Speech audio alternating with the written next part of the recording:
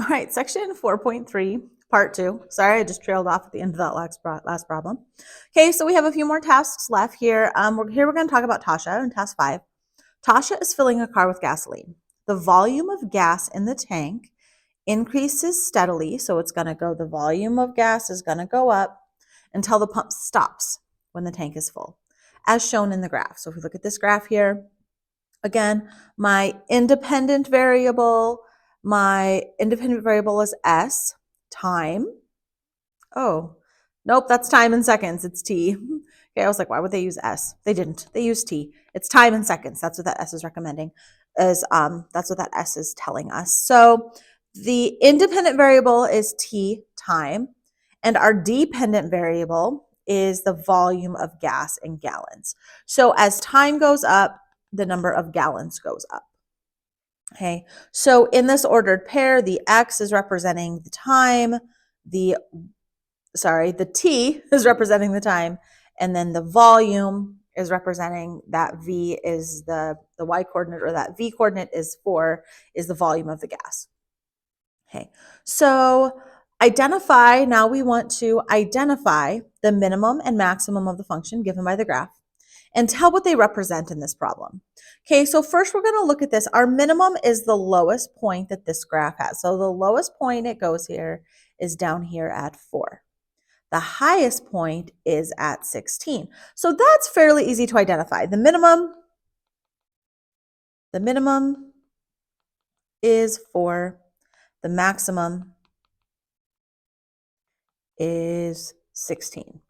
Okay, so the minimum and the maximum, again, are looking at those Y values, okay, or those dependent variable values.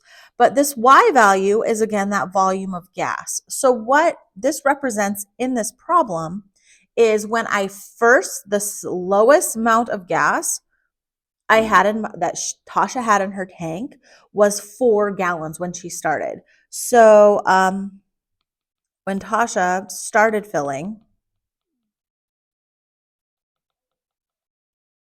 she had 4 gallons. That's the lowest number of gallons of gas that she had in this time period, from 0 to 72 seconds. When Tasha started filling, she had 4 gallons. When completely full, when it stopped, when completely full, she had 16 gallons. So this is the maximum number of gallons of gas her tank can hold. Okay, so it's the max gallons tank will hold. That's when full. Okay, so again, when it says tell what the minimum and maximum represent, you want to talk about it in terms of what's going on in this problem. When she started filling, she had her minimum of 4 gallons. When she was done filling, she hit the maximum amount of 16 gallons. Now I want you to go ahead and do task number 6 on your own online. So pause the video, go do task 6, come back. And now we're going to tackle, now that you're done with task 6, let's go ahead and talk about task 7. So here we have a hybrid poplar tree was planted at a tree farm. Okay, so they planted this tree at a tree farm. The tree grew for 10 weeks at the farm, and then they sold it and transplanted it. So they dug it up, transplanted it to a customer's lawn. The graph shows the tree's height, h of t, as a function of time while it was at the farm. Tell whether the function is increasing or decreasing. Then identify the function's domain, range, minimum, and maximum. Okay, so let's knock one of these off. So first it says tell whether the function is increasing or decreasing. So I look at my function over here and I look, if I was standing on it, would I be going up or would I be going down? Well, in this case, we're starting at the point 040, going up to the point 1055. So this function is increasing. The function is increasing.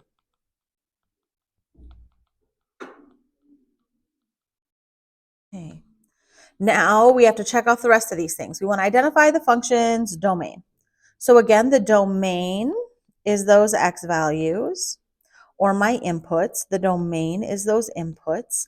In this case, it's not X. They said my input is T. If you go here, it says H of T. So my input, this is the T.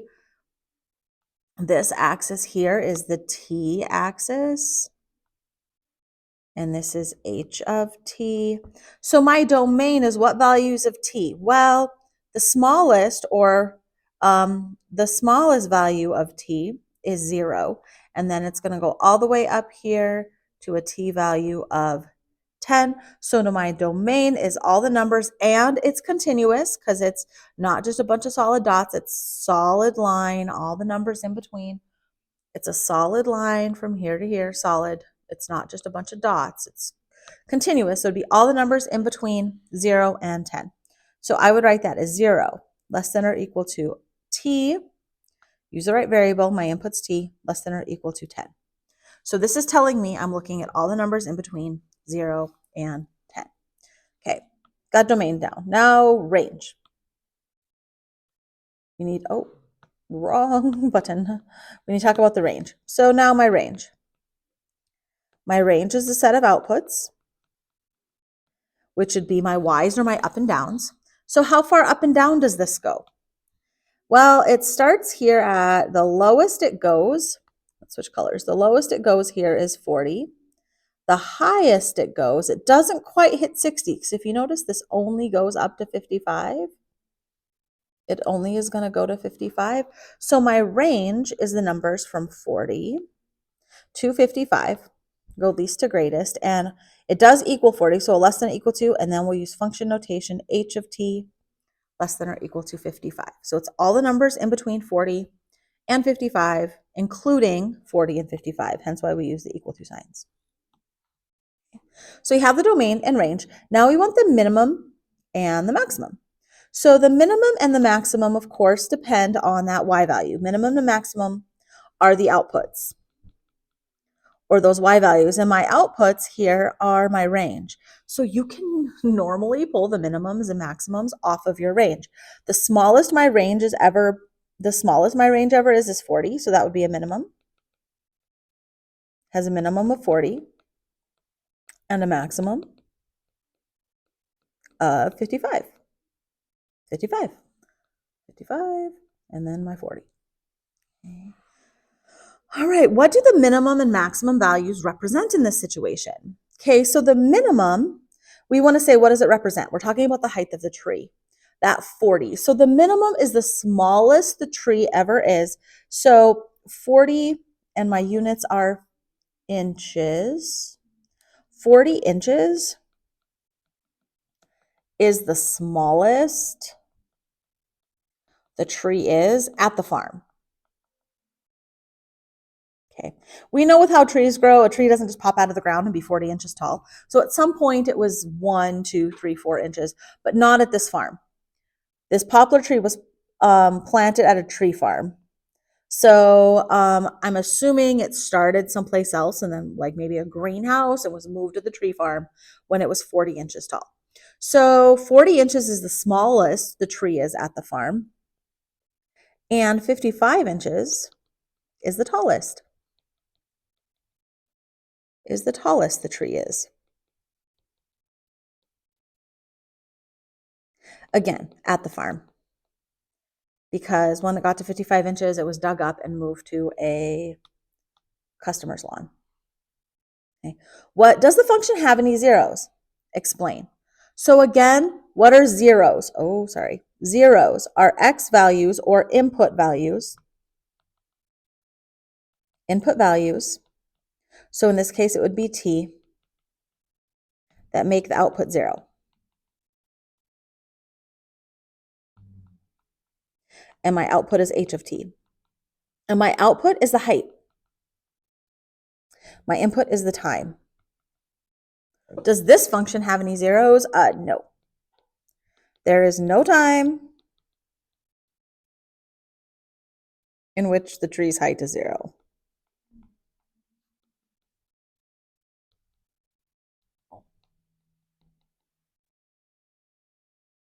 There is no time at the farm. Okay. There might have been prior to it being at the farm, like back here in time, at some point back here, it was 0, when it was first planted as a seed. Okay. But no time at the farm in which the tree's height is 0. So therefore the function has no zeros.